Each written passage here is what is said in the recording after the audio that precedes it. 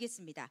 네, 이 시간 우리 함께 말씀 보도록 하겠습니다. 우리 말씀 보고 그 다음에 우리 설교 직전에 성경 목록과 우리 오늘도 한번 불러보도록 하겠습니다. 오늘 함께 볼 말씀은 에베소서 6장 1절부터 9절까지의 말씀입니다. 에베소서 6장 1절부터 9절입니다. 에베소서 말씀이 이제 거의 끝부분에 와 있네요. 네, 오늘하고 다음 주, 그 다음 주까지 하면 에베소서 말씀이 맞춰지게 됩니다. 그동안에 에베소 말씀 가운데 여러분 기억했던 것들을 다시 상기하면서 말씀 가운데 우리 집중하시기 바라겠습니다. 1절부터 9절까지인데요. 제가 먼저 읽고 여러분들이 짝수절, 마지막 절 다 같이 읽도록 하겠습니다. 읽겠습니다. 자녀들이여 주 안에서 부모에게 순종하십시오. 이것은 옳은 일입니다.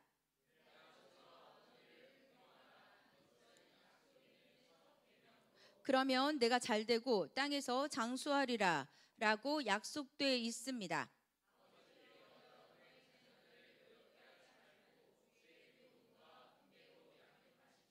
종들이여 육신의 주인에게 순종하기를 두려움과 떨림과 성실한 마음으로 주께 하듯 하십시오.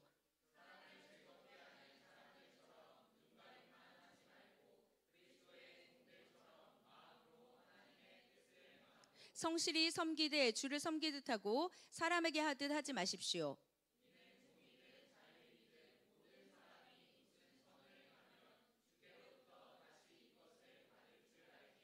다 같이 읽겠습니다. 주인들이여 여러분도 협박을 그치고 종들에게 그와 같이 행하십시오. 이는 여러분이 알다시피 그들과 여러분의 주가 하늘에 계시며 주는 사람을 외모로 판단하시지 않기 때문입니다. 아멘. 이 시간 함께 우리 성경 목록까지 불러보도록 하겠습니다. 다 외우셨죠? 다 외우셨어요? 저의 눈을 피하시는 자 이상혁 형제님 외우셨죠? 확인하겠습니다. 좋죠? 예, 우리 찬양 한번 불러보도록 할게요. 우리 반주해 주시기 바랍니다.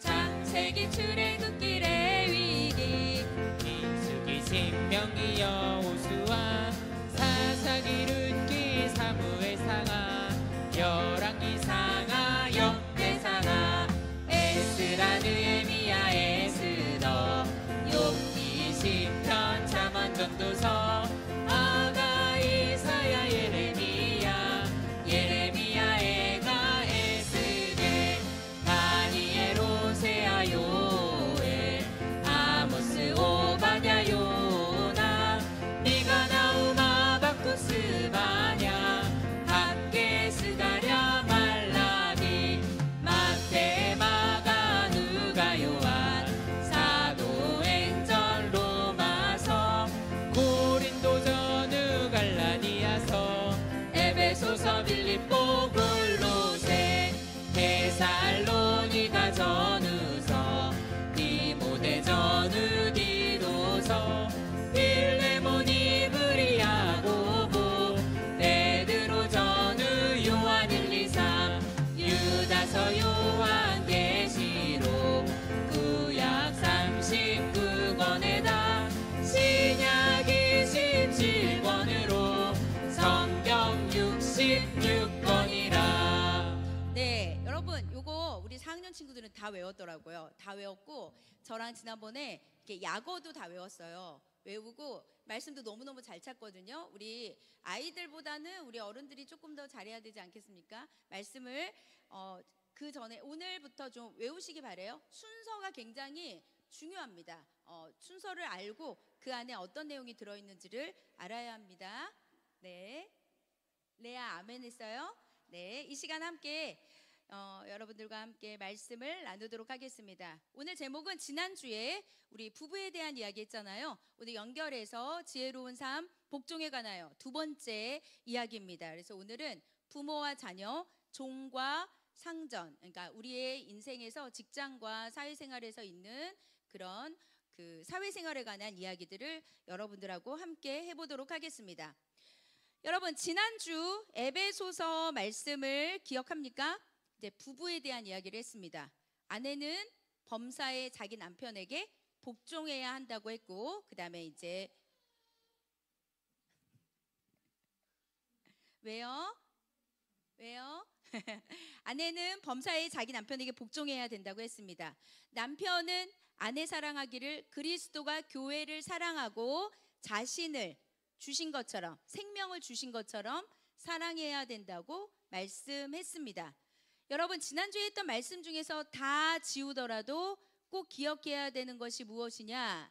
왜 아내가 남편에게 순종을 하고 남편은 왜 아내를 사랑해야 되는가? 그 이유가 무엇이죠? 그 이유가 뭘까요? 네, 맞긴 한데 너무 추상적이고, 뭘까요? 여러분, 아내가 남편에게 복종해야 되고 남편이 아내를 사랑해야 되는 것이 성경에 나와 있거든요.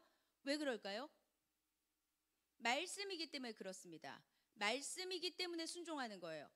여러분, 우리가 순종하는 대상이 뭐냐면, 우리는 이 세상을 살면서 내가 인정하는 사람의 말을 듣습니다. 대부분 모든 사람들이 그래요. 그러니까 이 세상에 지금 질서가 없는 이유는 내가 인정하는 권위에만 순종하기 때문에 그렇습니다. 그러나 하나님께서 우리에게 말씀하신 것, 자, 아내도 남편이 모든 조건을 다 맞추고 완전해야지만 순종한다는 생각이 누구한테 있냐? 이 세상의 모든 사람들한테 있습니다. 아내도 마찬가지입니다. 아내가 그렇고 남편도 마찬가지입니다. 그러니까 세상은 무엇이냐면 서로 어느 정도 밸런스를 맞춰줘야만 인정한다는 거예요. 그게 아니면 인정할 수 없다는 거죠. 근데 하나님께서 우리에게 주시는 순종과 복종은 그런 개념이 아닙니다. 하나님께서 말씀하셨기 때문에 순종하는 거예요. 하나님이 우리에게 순종을 원하셨기 때문에 그것에 우리의 생각과 나의 의를 완전히 죽이고 예수 그리스도를 믿는 믿음으로 순종하는 거죠. 오늘 이 믿음으로 순종하는 것들을 오늘도 연결해서 보려고 합니다. 그리스도와 교회의 관계라고 했어요. 방금 우리 요한이가 그렇게 말했는데, 예수 그리스도께서 십자가에서 돌아가시고 3일 동안에 무덤에 계셨다가 부활하시고 승천하셔서 우리 모든 자들에게 그리스도의 영을 주시고 그 영을 받은 자들이 모여서 교회가 됐잖아요. 그 영을 받은 우리는 교회의 지체입니다. 그리고 예수 그리스도는 교회의 머리이시잖아요. 머리 되시는 그분에게 우리가 순종하는 것은 그리스도와 교회의 관계인 거예요. 여러분, 관계는 상호작용이 있습니다. 관계는 일방적이지 않습니다. 그래서 서로 피차 복종하라고 했습니다. 우리가 이 교회 안에 예수 그리스도께 복종해야 되는 이유는 그리스도가 머리이시기 때문에 그런 거예요. 그분이 머리이시기 때문에 우리에게 순종을 요구하신 거죠. 그래서 선악과를 따 먹었던 인간에게 가장 큰 문제는 내가 하나님의 말씀에 복종하지 않겠다는 것을 전제로 까는 거잖아요. 선악과를 보고 하나님께서 나를 창조하신 분이시라는 것을 인식하면서 선악과를 먹지 말아야 되겠다, 먹으면 안 되는구나, 죽는구나 라고 생각하고 먹지 않아야만 순종하는 거잖아요. 그런데 그 순종을 거스르는 건 무엇이냐면 하나님 앞에 통치를 받지 않고 나의 의, 나의 힘, 나의 고집으로 하나님을 꺾고 내가 하겠다는 의지입니다. 그래서 만약에 이것이 여러분, 이 세상의 모든 원리가 그렇게 되니까 시끄러운 거예요. 갈등이 많은 겁니다. 싸움이 많은 겁니다.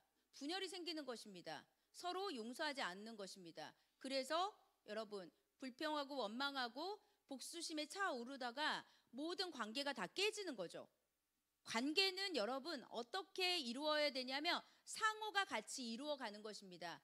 그 인간관계의 최초가 부부, 그 다음에 가족, 그 다음에 교회, 그 다음에 우리가 직장에서 내 주변의 인간관계를 다 포함하고 있는 거잖아요.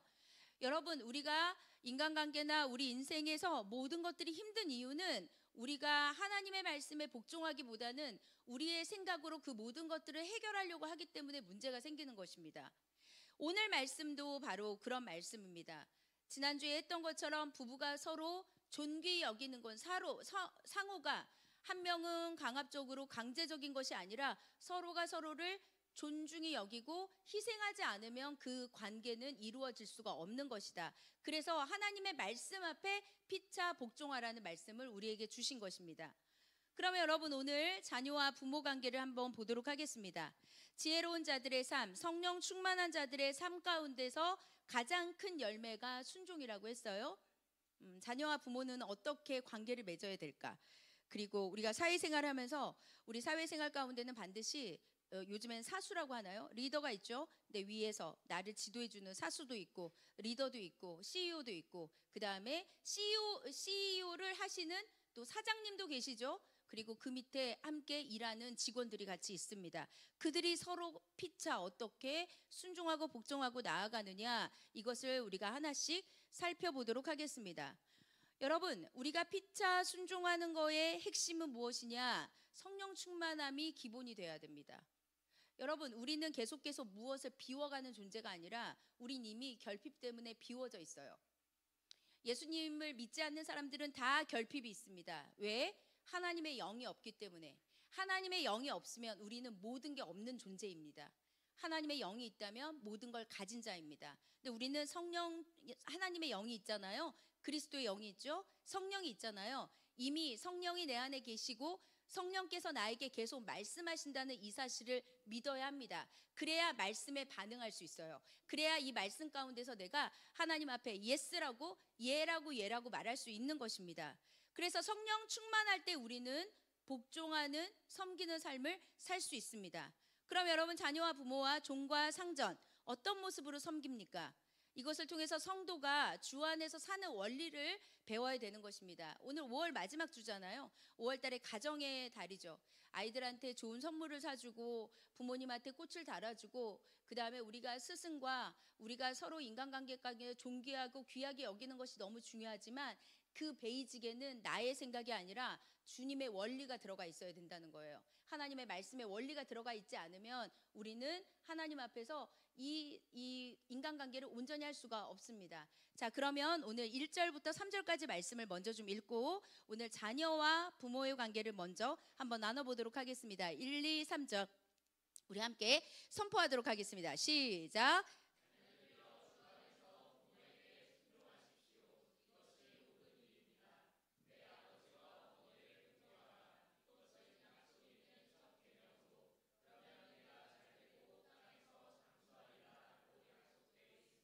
아멘. 여러분, 자녀들은 주 안에서 부모에게 순종해야 된다고 말씀하십니다. 이게 성령 충만한 자들이 사는 마땅한 일이다. 이렇게 말씀하고 있습니다. 여러분, 믿는 자들이기 때문에 우리는 주 안에 있습니다. 주 안에 있다는 게 뭐예요? 주님 안에서. 자녀들아, 주 안에서 순종해라 그랬습니다. 주 안에서 있다는 건 무엇이죠? 주님의 통치 안에 있다는 거예요. 주님의 주권 아래 있다는 것입니다. 그러니까 여러분, 순종의 그 의미가 주님이 우리를 통치하고 우리 안에 계시기 때문에 그분의 명령이기 때문에 지켜야 된다는 것을 기억해야 합니다. 다른 모든 것들은 다 잊어버려도 이 말씀을 기억해야 합니다. 여러분, 사실은 자녀들은 이 세상에 우리가 하나님의 자녀가 아닐지라도 일반적으로 도덕적 윤리나 윤리적인 요구, 사회적 관습에서 부모에게 순종하는 것은 사회적 보편적인 그런 문화입니다. 그리고 그렇게 해야만 가정이 온전하게 선다는 것은 이 세상의 모든 원리를 적용하고 있습니다. 그런데 성도는요, 부모에게 순종하는 이 개념이 주 안에서, 그러니까 어떻게 순종해야 되냐면 주님께 순종을 하듯이 순종하라는 뜻이에요. 그러니까 여러분 보세요. 주님 앞에서 말씀이 거부가 되고 믿음이 없잖아요. 순종은 어렵습니다. 물론 한 번, 두 번 예의를 갖추는 건 가능하지만 주님께 복종하는 마음으로 하기는 어렵다는 것입니다. 그러니까 내 안에 주님이 안 계시면 여러분, 우리는 온전히 주님의 통치를 받아들일 수가 없어요.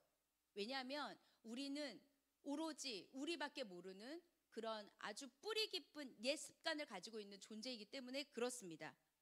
내 아버지와 어머니를 공경하라고 했습니다. 그런데 구약 말씀을 가져다가 이렇게 말씀합니다. 내가 잘 된다, 땅에서 장수한다 라는 말씀을 합니다. 이 말씀 어디 있냐? 출애굽기 20장 10계명에 있잖아요. 출애굽기 20장 12절에 보면 5계명이 나오죠. 내 부모를 공경하라. 그러면 내가 내 하나님 여호와가 너에게 준 땅에서 장수하고 잘 되리라라는 말씀이 있습니다. 신명기 5장에도 여러분 출애굽기 20장에 십계명이 그대로 나옵니다. 왜냐하면 모세가 설교를 하면서 십계명을 다시 한번 설명을 하거든요. 신명기 5장 16절에도 5계명이 나옵니다. 여호와께서 너희에게 명령한 대로 너희 부모를 공경하라. 그러면 너희가 오래 살 것이다. 그리고 너희에게 내가 준 땅에서 잘 될 것이다라고 말씀하고 있습니다. 십계명은 두 부분으로 나옵니다. 하나는 하나님을 향한 1계명에서 4계명, 5계명부터 10계명까지는 이웃인데 그 이웃 중에 가장 가까운, 가장 친밀한 이웃 부모가 딱 중앙에 있습니다. 그만큼 부모를 공경하라는 것은 하나님의 백성의 삶이라는 것이죠. 자, 이것은 여러분 약속이 있는 계명이라고 했습니다. 무슨 말이냐? 너희들이 약속을 지키면 내가 너희에게 그 약속 지킨 대로 복을 주리라. 자, 다른 말로 뭘까요? 심는 대로 거둘 것이다. 어쩌면 심는 대로 하나님께서는 우리에게 심는 대로 거두는 일반 은총에 더하기 뭐가 있을까요? 믿음은 더하기가 아니라 곱하기라고 했잖아요. 이 말씀을 심겨서 순종했을 때 30배도 되고 60배도 되고 100배도 되는 것. 하나님께서 믿음은 더하기가 아니라고 했어요. 곱하기라고 했거든요. 그렇게 하나님이 우리에게 은혜를 주신다는 것입니다. 사랑하는 여러분, 부모가 완전하기 때문에 순종합니까? 우리는 이 땅에서 완전한 사람은 아무도 없습니다. 로마서 말씀처럼 모든 사람은 죄인이기 때문에 하나님의 영광에 이르지 못한다고 했습니다. 하나님의 영광에 이르지 못한다는 뜻이 무엇일까요? 죽음에 이르는 존재라는 뜻이에요. 우리는 이 땅 가운데서 죄인이기 때문에, 그러니까 여러분 이 가정을 이루는 모든 과정에서 이제 이 자녀들은 이런 생각을 하죠. 이제 이따가 자녀들에 대한 이야기도 할 건데, 자, 자녀들은 무엇이냐면 부모님이 전부입니다. 여러분 이게 아이들은요 엄마 아빠의 모든 것들이, 그래서 어릴 때 부모에 대한 의존도가 더 강한 이유가 무엇이냐면 하나님처럼 생각하기 때문이에요. 하나님처럼 엄청나게 높은 존재라고 생각하는 겁니다. 하나님처럼 아빠를 그렇게 보는 거예요. 엄마를 그렇게 봅니다. 자, 그러다가 부모의 품 안에서 벗어나죠. 사회생활을 시작하고 학교를 다니면서 이 세상에 많은 사람들하고 관계를 맺으면서 그 다음에 이성이 깨어날 때, 지각이 딱 살아날 때 어떤 걸 보냐면 우리 부모님도 뭔가 문제가 있구나를 발견하기 시작해요. 그 발견을 하는 그 과정에서 왜 자녀와 부모는 갈등을 할까요? 자녀가 부모에게 엄청난 기대감을 갖고 있기 때문에 그렇습니다. 그러니까 기대감이 여러분들이 그러니까 자녀들은 부모에 대한 그 기대감이 100, 200, 300 예상하지 못하는 아주 높은 수치입니다. 그런데 그 높은 수치를 부모가 온전히 지켜낼 수 없죠. 왜냐하면 부모도 연약한 인간이기 때문에 그렇습니다. 부족한 사람들이 모여서 여러분 제가 최근에 어쩌다 어른인가 거기에 연세대학교, 옛날에 연세대학교 이제 90년대 여러분들은 아마 모를 거예요. 예진이 몇 년생이지? 03이야? 정말 그러면 아예 태어나지도 않았을 때네요.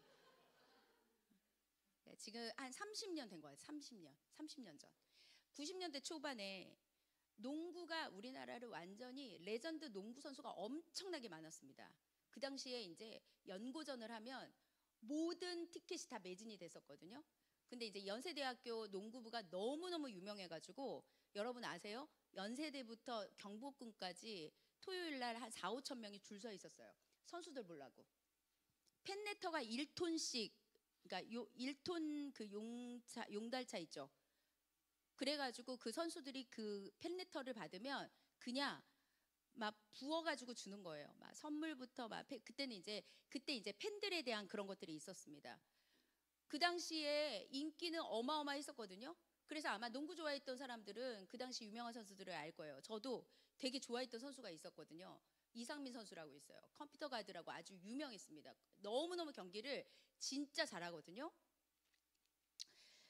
근데 여러분 보세요. 30년 전에 그들이 가지고 있었던 그 모든 명성과 그런 것들이 있고, 아마 방송에 요즘에 나오는 사람은 이제 서장훈 누가 그러더라고요. 서장훈 선수가 레전드 농구 선수인지를 모른대요. 요즘 애들은. 그러니까 아, 연예인인가 보다 이렇게 생각한다는 거예요. 농구 선수인데. 근데 여러분 감독님이 나와가지고 이제 자기가 어떻게 선수들을 가르쳤는지, 그때 연승 21연승인가요? 연속으로 한 번도 지지 않고 그렇게 했거든요. 그때 해가지고 이제 어떻게 그렇게 그 레전드 팀을 만들 수 있었냐. 정말 밥 먹고 운동 여기 연세대가 너무너무 막 술집이 많고 그때도 그래가지고 다른 학교 선수들은 전부 다 자기 막 야간 운동 없이 친구들 만나고 술도 마시고 이랬는데, 연대 친구들만 학교 공부 다 하고 4시부터 운동을 했다는 거예요. 운동을 하고 너무 잘못하면, 지금은 있을 수도 없죠.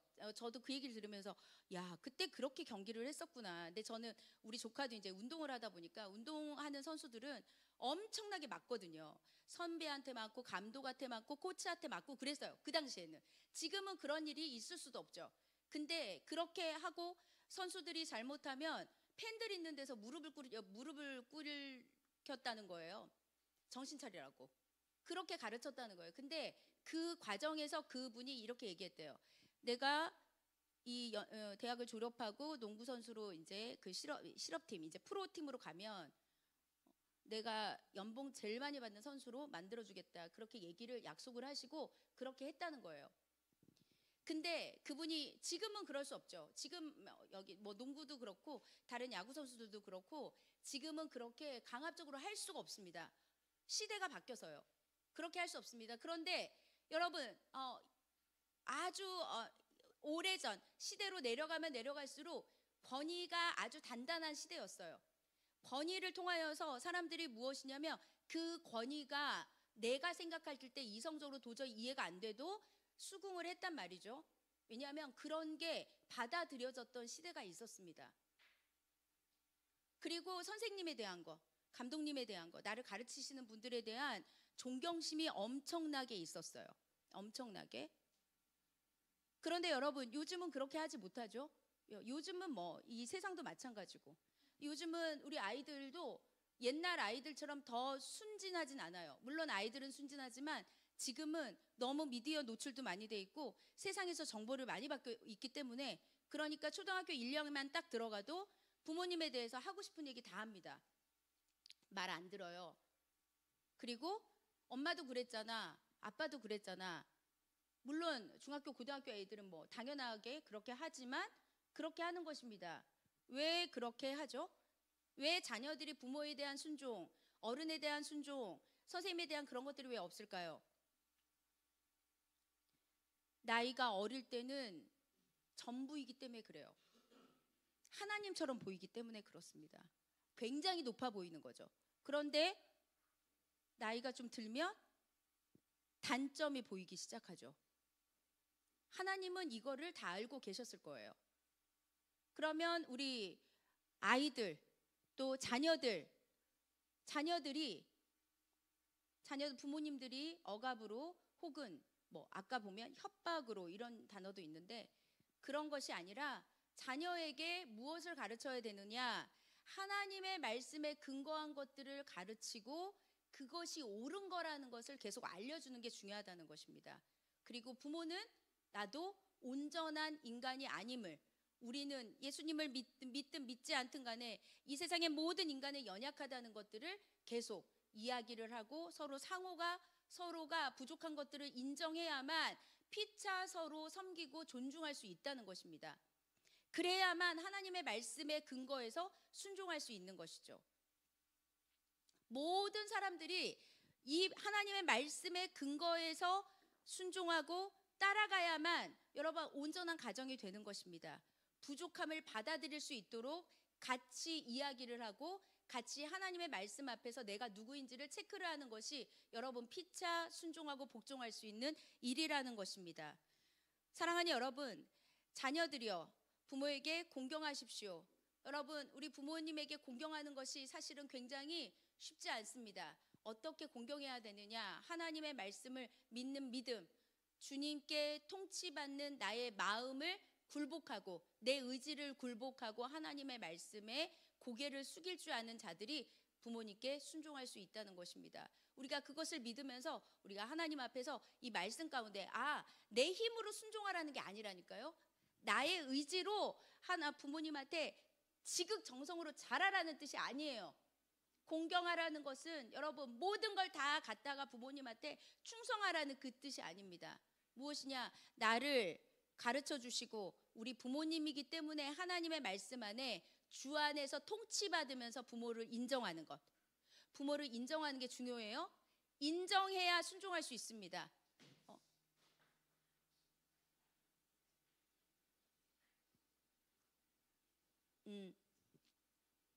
자, 그 다음에 부모를 공경하라는 계명이 하나님의 백성의 자녀의 삶의 통치라는 것을 여러분 기억하시기 바랍니다.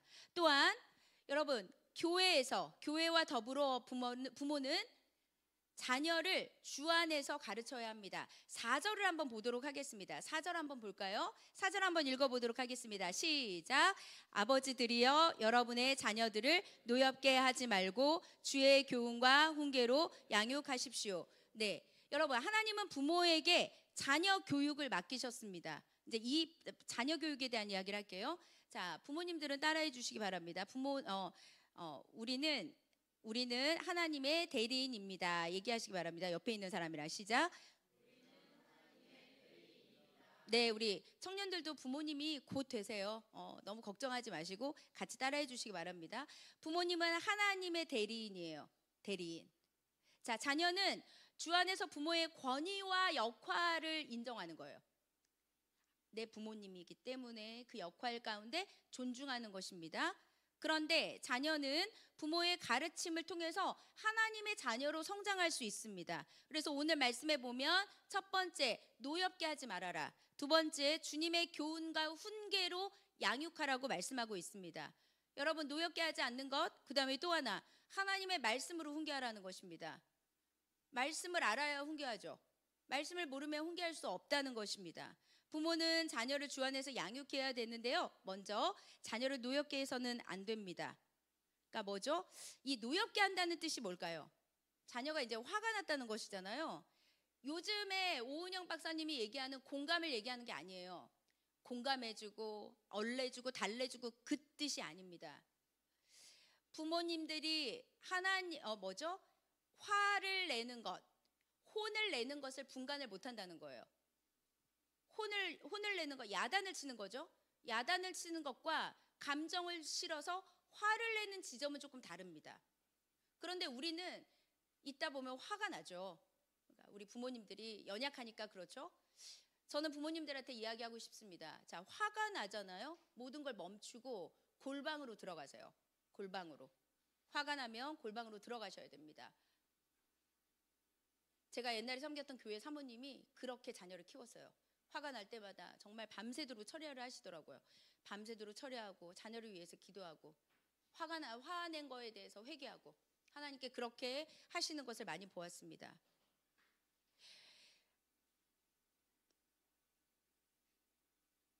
아버지가 자녀에게 절대적인 권위, 부모는 자녀에게 절대적인 권위를 가졌다는 것이 맞습니다. 그러나 그 권위가 화를 내도 된다는 건 아니죠. 물론 화가 나죠. 근데 화가 나지만 혼을 내라는 거예요. 혼을. 야단을 치는 것과 화를 내서 감정적으로 그러면 헷갈리거든요. 뭐가 맞는지를 모른단 말입니다. 그러니까 자녀가 이럴 때는 그러면 이제 자녀를 노하지 말라 그렇게 얘기했는 노엽게 하지 말라 이 말이 무슨 얘기냐? 여러분 자녀들이요.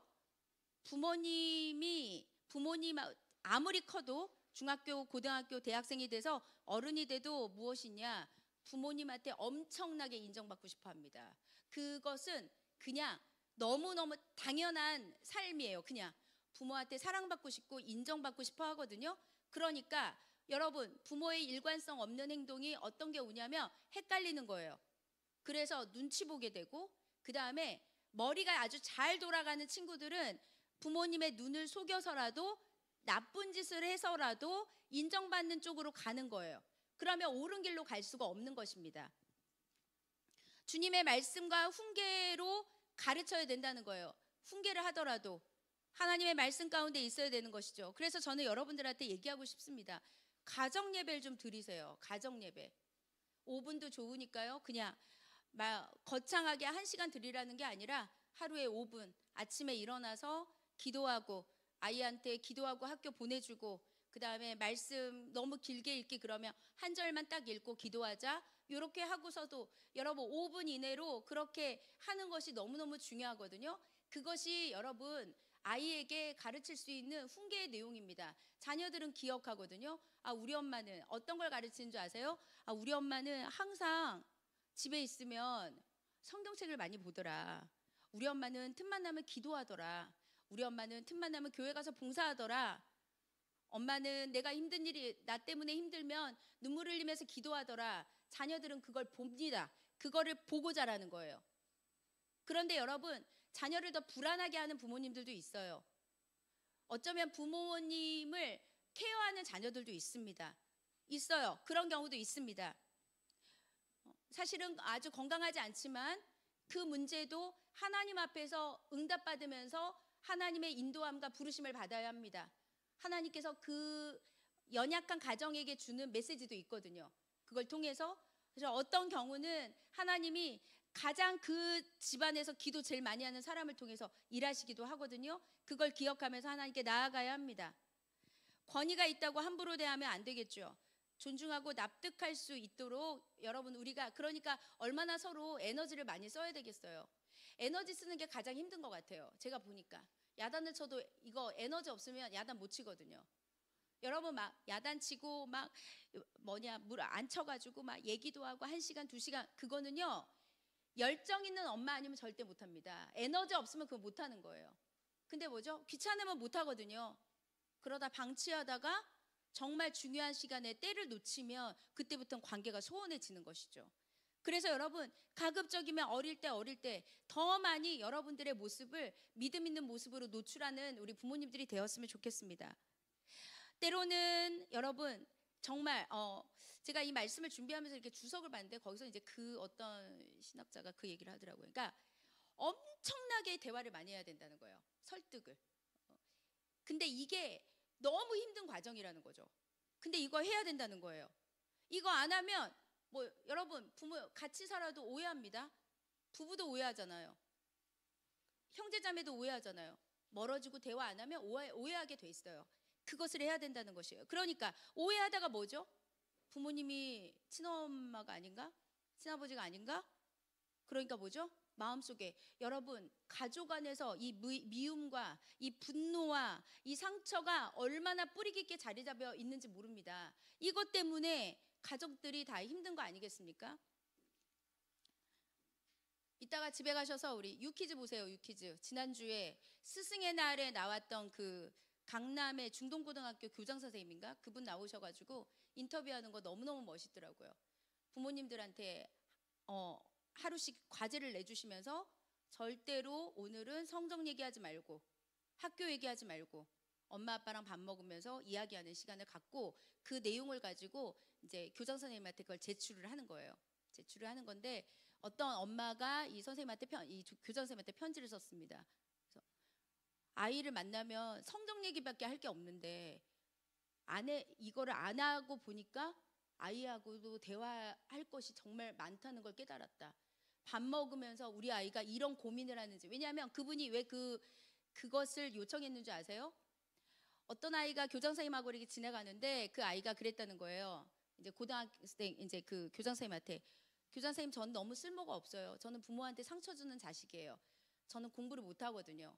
저는 아무것도 할 줄 모르거든요. 교장 선생님이 너무너무 화가 난 거예요. 공부를 못하는 것과 너의 존재가 존귀한 것은 너무 별개의 문제다. 그래서 그거에 대한 심각성을 느끼고 이분이 그런 프로젝트를 계속 만들어서 하셨더라고요. 여러분 아이하고 무슨 말을 하십니까? 지금 너무 어리니까 모르시죠? 점점점 크면 자녀하고 공부 왜 안 하냐? 공부 왜 안 하냐? 대학은 어디 갈 거냐? 이래가지고 대학은 가겠니? 내가 너를 위해서 돈을 얼마나 많이 버는데, 이렇게 내가 돈을 너한테 이렇게 드렸는데 언제까지 이렇게 해야 되느냐? 이렇게 한단 말입니다. 돈만 주는 부모가 좋은 부모가 아니에요. 여러분, 하나님 앞에서 부모는요, 자식한테 그리고 왜 본인의 결핍을 그렇게 자식한테 채우려고 합니까? 본인의 부족한 것들을 왜 자꾸 자녀에게 메꾸려고 하냔 말입니다. 본인도 부족하고 자녀도 부족하고, 부족하면 그 부족한 대로 받아들여야 되는데 아이하고 엄마하고 언제까지 제일 친밀하냐? 7살까지. 자, 8살 초등학교 들어가면 그때부터 뭐예요? 등급 매기잖아요. 성적이 무엇이냐? A등급이냐? B등급이냐? 그거 매기다가 관계 틀어지는 거 아니겠습니까? 하나님께서 우리에게 주신 것은 그게 아니라는 것입니다. 두잉으로 아이를 판단하지 말고 빙, 존재로서 아이들과 함께 대화하면서, 여러분 씨름하셔야 돼요. 인생은 씨름이에요. 제가 보니까 하나님을 믿는 과정에서도 영적인 씨름이 있잖아요. 자녀를 키우고 부모와의 관계, 이 모든 것들이 다 우리의 씨름이 아니겠습니까? 근데 그것을 해야 합니다. 그것이 바로 우리에게 주신, 하나님이 주신 은혜기도 하고 복이기도 합니다. 수고해야 된다는 뜻이에요. 애써야 된다는 뜻입니다. 또 하나, 하나님의 자녀, 궁극적으로 자녀는 부모의 소유가 아닙니다. 하나님의 소유입니다. 부모님께 하나님이 내가 너에게 이 자녀를 맡기니까 양육을 좀 해달라고 주님이 대리로 맡긴 거지, 여러분들의 것이 아니라는 것이에요. 하나님의 소유라는 것을 여러분 기억하시기를 바랍니다. 그것이 우리에게 지금 필요한 것이겠죠.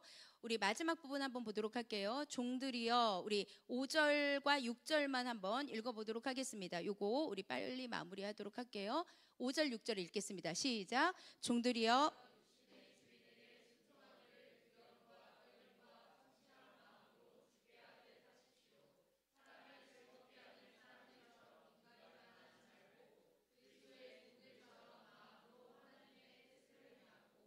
아멘. 여러분, 부부와의 관계에서도 피차 복종, 부모와 자녀의 관계에서도 서로 섬기고 서로 존중해야 된다고 했습니다. 자, 마지막 종과 상전. 과거에는 종이었지만 지금은 종은 아니죠. 성도의 사회생활에 대해서 함께 이야기하도록 하겠습니다. 사도 바울은 종과 주인의 관계를 설명하는 것처럼 그리스도인들의 사회생활의 원리를 제시하고 있습니다. 여러분, 오늘 말씀에 보면 뭐라고 나오냐? 종들, 윗사람, 내가 위에서 섬기는 사람에게는 그리스도에게 하듯이 육신의 주인을 섬길 것을 그렇게 명령하고 있습니다. 그리고 이렇게 말합니다. 눈 가림하지 말라. 눈 가리고 잘하는 척, 있을 때 잘하는 거, 없을 때는 내 맘대로 하는 것이 아니라, 세상 사람들은 그렇게 하죠. 처세술을 가지고 합니다. 그 다음에 사장님 오면 일하는 척, 잘하는 척 하는데 실제로 그렇게 하는 것은 하나님이 기뻐하는 것이 아닙니다. 누가 보는 사람이 있든지 보는 사람이 없든지 간에 눈 가리는 것이 아니라, 성도는 어떤 일을 하든지 하나님 앞에서 하는 것처럼 코람되어 하나님이 나를 지켜보시는 것처럼 어떤 일이든 충성스럽게, 바로 믿음직스럽고 신실하게 하라는 것입니다. 신실하게. 이러한 성도들의 신실함은 여러분, 상전이 칭찬하지 않으시더라도 여러분 아세요? 주님께서 복 주신다는 것을. 주님이 복 줍니다. CEO가 나를 인정해 주지 않아도 주님께서 때가 되면 복을 주신다는 것입니다.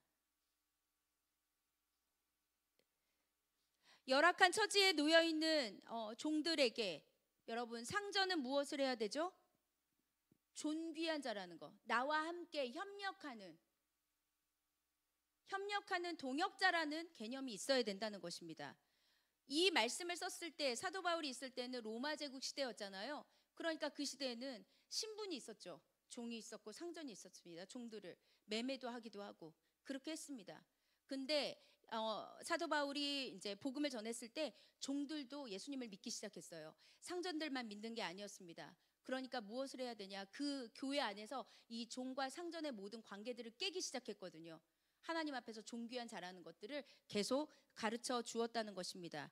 그래서 종이든 그 다음에 상전이든 간에 서로 섬기고, 하나님 앞에서 상전은 아랫사람에게 하나님 하듯이, 주께 하듯이 존귀하게 여기고, 그 다음에 우리 아랫사람은 윗사람에게 또 하나님께 충성하듯이 그렇게 존귀하게 하라는 것입니다. 그러면서 이렇게 말씀합니다. 5절에 보면 종들은 두려워하고 떨리라고 했습니다. 성실한 마음으로 육체의 윗사람에게 순종해야 된다고 했습니다. 두려워하고 떤다는 것은 무엇이냐? 그 권위를 인정해 준다는 뜻입니다. 성실한 마음은 진실한 마음입니다. 악한 마음이 아니라, 악한 동기가 아니라 진실한 마음으로 해야 된다는 것을 말씀하고 있습니다.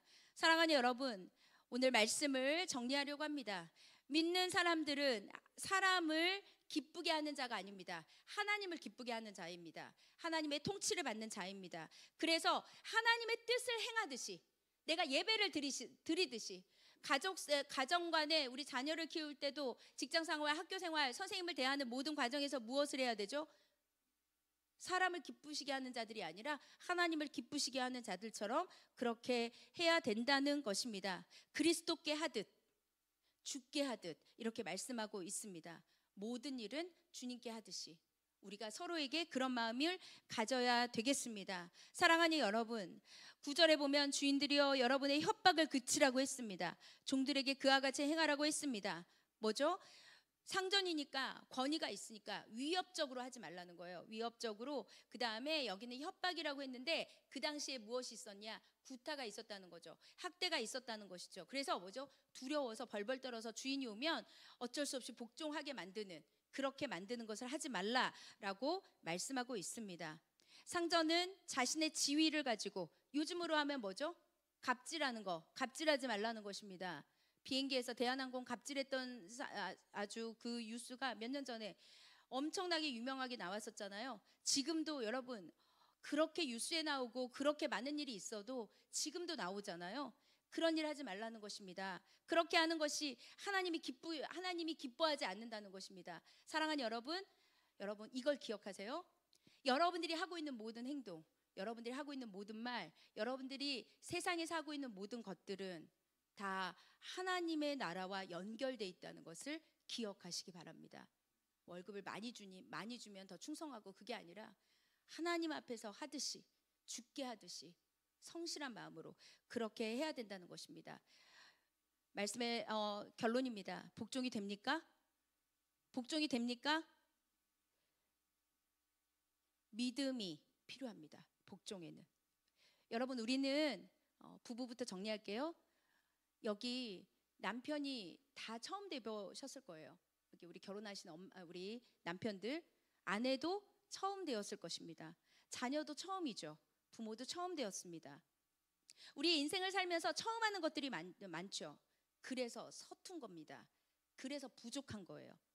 내가 기대를 많이 했지만 그 기대와 정반대로 갈 때도 많아요. 왜냐하면 다 처음 해보는 것이기 때문에 그렇습니다. 그러니까 뭐죠? 실망하는 거예요. 그러니까 문제가 생기는 거예요. 그러면 우리 인생에 무엇이 생기죠? 고장이 나죠. 그러면 여러분, 고장나면 어떻게 해야 되겠습니까? 가정, 부모의 관계, 자녀와의 관계, 직장, 인간관계, 고장나면 어떻게 해야 되죠? 나를 만드신, 나를 창조하신 그분께 AS를 받아야 합니다. 그것이 바로 하나님의 말씀 가운데 AS를 받아야 되는 것입니다. 우리는 한 몸 되는 게 어렵습니다. 아까 우리 요한이가 기도했는데 이 세상에 지금 모든 권위 가운데 순종하고 복종하고 하나가 되는 게 얼마나 어려운 세상인지 모릅니다. 그런데 한 몸을 이루는 부부의 관계는 새로운 창조입니다. 서로 다른데 한 몸이 되는 거잖아요. 하나님은 언제나 새 창조를 하셨거든요. 남녀가 서로 다른 환경에서, 이 교회 안에 서로 멤버들이 다른데도 하나님은 이 다름에서 하나로 만드는 새로운 창조를 만들어 가시는 것입니다. 그런데 이것은 어떻게 해야 되냐? 사랑으로만 가능합니다. 사랑해야 순종할 수 있습니다. 그러나 전제는 뭐죠? 믿음이라는 거예요. 믿음이 없으면 못합니다. 여러분, 꿈 같은 이야기입니까? 복종이 됩니까? 내가 죽는 게 됩니까? 주님께서 죽기까지 복종하셨습니다. 남편도 십자가 질 수 있습니다. 우리가 순종할 수 있고 복종할 수 있는 것은 예수님 중심으로 신본주의로 살 때 가능합니다. 가정이 신본주의를 통하여서 세워지기 바랍니다. 새로운 창조하시기 바랍니다. 가정도, 교회도, 사업장도, 직장도, 학교도 믿음의 실험실로 만드셔서 하나님께서 우리에게 주신 이 믿음을 가지고 주의 통치를 받으며 순종하시는 여러분들 되시기를 주의 이름으로 축복합니다. 자리에서 일어나겠습니다. 우리 찬양팀 앞으로 나오셔서 함께 찬양할게요. 주님 말씀하시면 우리 함께